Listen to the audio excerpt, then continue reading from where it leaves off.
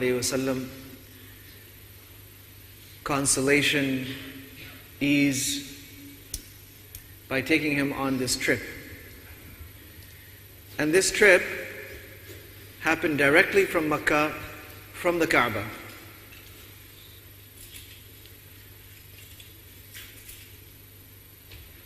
Right by which the Prophet ﷺ used to reside.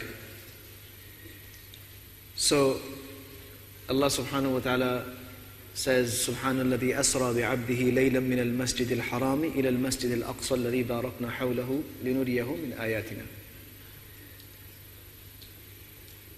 Allah subhanahu wa ta'ala took him from this masjid to that masjid, Al-Masjid Al-Aqsa. It is called Al-Aqsa. Aqsa means distant. So the masjid that is the most distant. Of course, Makkah, Medina, and these are in the same region. Al-Aqsa is much more distant. How did Allah subhanahu wa ta'ala take him? Allah subhanahu wa ta'ala took him in a miraculous way. Why did Allah subhanahu wa ta'ala take him there? It has many reasons. One is that this was the sacred place of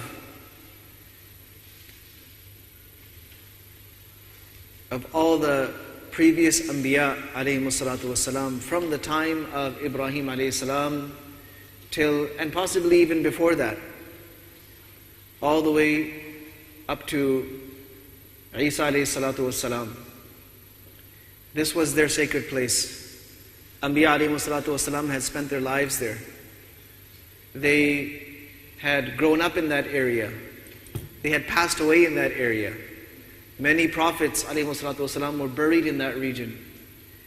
So Allah subhanahu wa ta'ala took him to the place of his forefathers and to meet the whole brotherhood of prophets.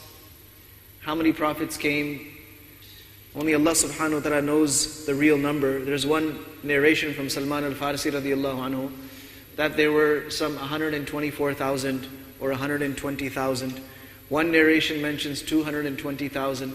So we know there were thousands and thousands of prophets alayhimu salatu wassalam.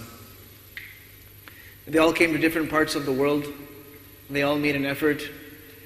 And Allah subhanahu wa ta'ala united them all on that night and had the Prophet ﷺ meet them, and not just meet them but lead them in prayer.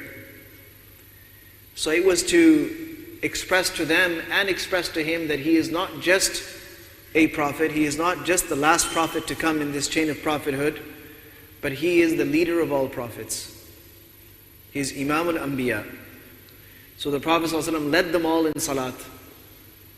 And many angels came. Angels were accompanying him along his way and during that night. And then he traveled further. But this masjid, Al-Masjid Al-Aqsa, has a story of its own. And it has fadail, it has virtues of its own. And the Prophet ﷺ used to frequently refer to this masjid, to speak about it. And this masjid and the area surrounding it has been, since as far as people can remember, it has been a cherished land. It has been a cherished place for people to go to. Those of you who've studied the story of Yusuf alayhi salam know that Yaqub alayhi salam was based in that area. And then when Yusuf alayhi salam ended up in Egypt, then his family followed him there eventually. But they were based there, it was their homeland. Many, many years or centuries later, when Musa alayhi salam would get victory over Fir'aun, that miraculous victory in which Fir'aun and his armies were drowned and Musa alayhi salam and his people were saved. So what was he going to do next?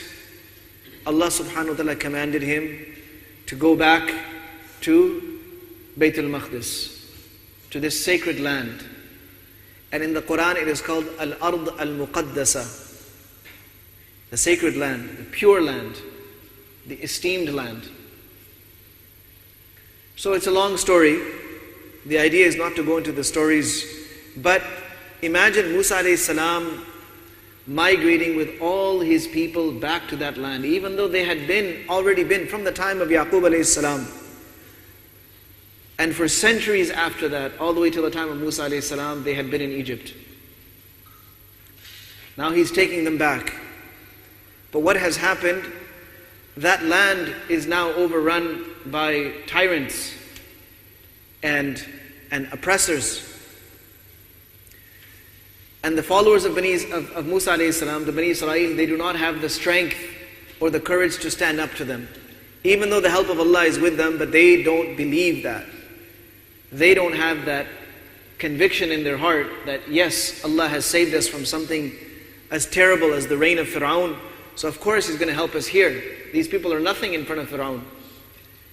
But their weak faith, cowardice, love for dunya, it kept them from that.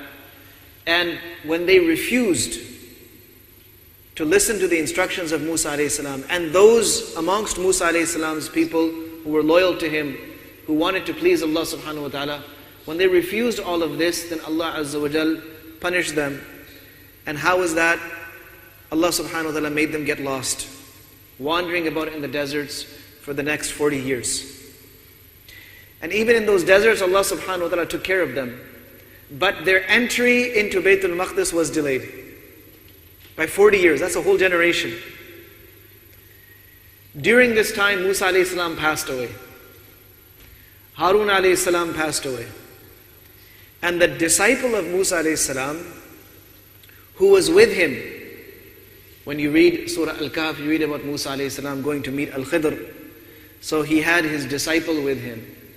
The name of that disciple was Yusha ibn Nun. In English, he's referred to as Joshua. So 40 years later, Yusha, who was now a prophet, alayhi salatu wasalam, he gathered everyone. And he said, look, now we have to go, and we have to fight, and we will fight, and Allah subhanahu wa ta'ala has given me the command, and I'm not about to step back. He got them united, got them motivated, excited. They were feeling bad for all of these decades that have passed in disobedience to Allah subhanahu wa ta'ala, in suffering their disobedience and the disobedience of their forefathers who had refused to go with Musa alayhi salam. So he gathers everyone and he says, look, anyone who has anything else on their mind should go and look after it now. Go take care of it. Whatever it is, you've started constructing a place for yourself and its roof is not complete and your mind is on that. He gave many examples. Anyone who has anything else on their mind should go and take care of it. I don't need you here with me right now. I need people who have focus on this one goal. And his mission given to him by Allah subhanahu wa ta'ala was that in one day he had to win that battle. He had to win the battle by Salatul Asr. So he needed everyone focused, prepared, and ready to move forward with everything they had. So they fought and fought and fought. And then the time of Asr started coming close. And now Asr time was coming to an end. And almost Maghrib time was about to enter. So Yusha alayhi salam looked up at the sun and he said, look, I know you have some instructions. Innaki ma'mura. But I also have some instructions. Wa ana ma'mur. I need to fulfill my command. You need to fulfill the instructions given to you by Allah, which is that you have to set at a certain time. But I also need to fulfill the instructions given to me by Allah, which is that I have to conquer this city in a certain time. So Allah subhanahu wa ta'ala delayed the sun for him so that he could fulfill that commandment. And they conquered. And they entered. So that mission which could not be completed 40 years ago was completed now.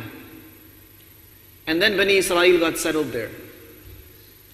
But in this process, how did they go?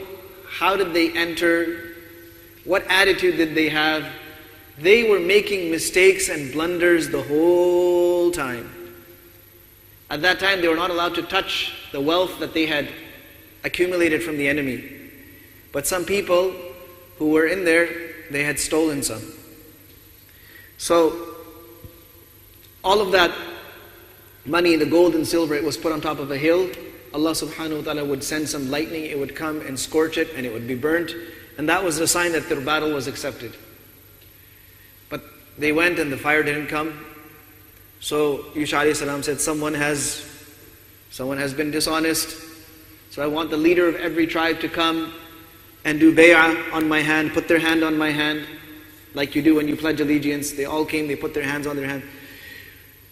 One of those people's hands, one of those chiefs' hand got stuck to his hand. He said, the treachery is from your people. Bring all your people.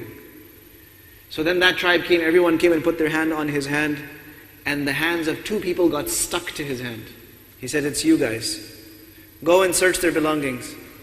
They went and searched their belongings, and they found so much gold. There was so much gold that these 2 people had stolen, after being told not to, that it was the size of like a bull's head, or like a cow's head. That much gold they had stolen and put inside their own luggage. So then that was returned, and then Allah subhanahu wa ta'ala accepted the battle, and then they moved forward. And you will see, as we go through these incidents, of what mistakes were made, and what we can do. You've already probably seen a number of mistakes that were made, that we obviously, whenever an error of a previous nation is mentioned in the Quran or in Hadith, it's not to tell us about it, it's so that we awaken ourselves and vow and pledge never to make those mistakes ourselves. May Allah subhanahu wa ta'ala give us tawfiq. Wa sallallahu wa sallam wa baraka ala nabina Muhammad wa ala alihi wa ashabihi ajma'in.